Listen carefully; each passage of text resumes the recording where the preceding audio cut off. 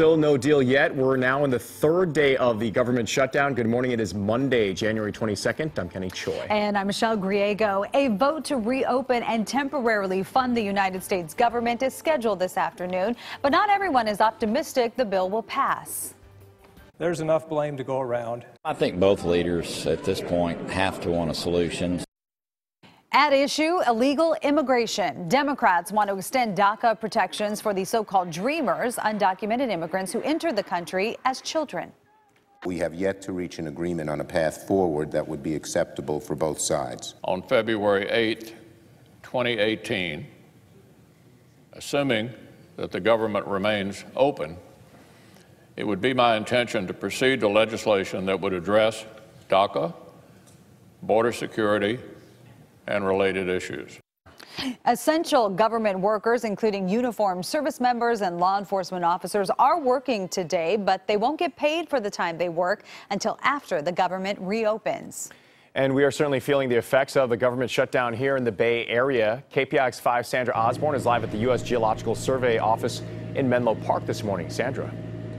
Hey, good morning to you. Yeah, and according to the Palo Alto Daily Post, offices like this one right here, USGS here in Menlo Park, will be preparing to close down today because of this federal government shutdown. Now, according to the Daily Post, this office houses about 500 employees, and they were told to come in today and plan some outgoing phone messages and emails reflecting the government shutdown before they close the office here. Now, over the weekend, we did see many national parks and monuments close, including Muir Woods.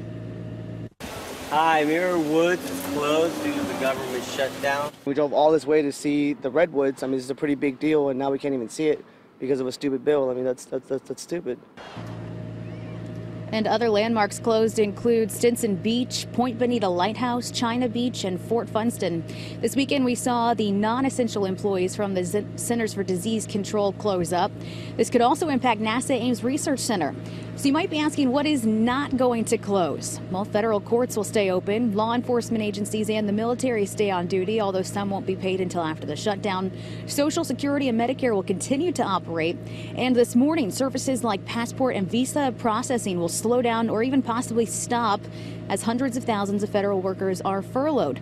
Now, a lot of questions about the Department of Veterans Affairs hospitals in Palo Alto and also here in Menlo Park. They are considered essential. They will be open. And if you're concerned about your mail, the post office will continue to deliver mail. They actually get their funding through postage and not through the rest of the federal government. Live in Menlo Park, Sandra Osborne, KPIX 5.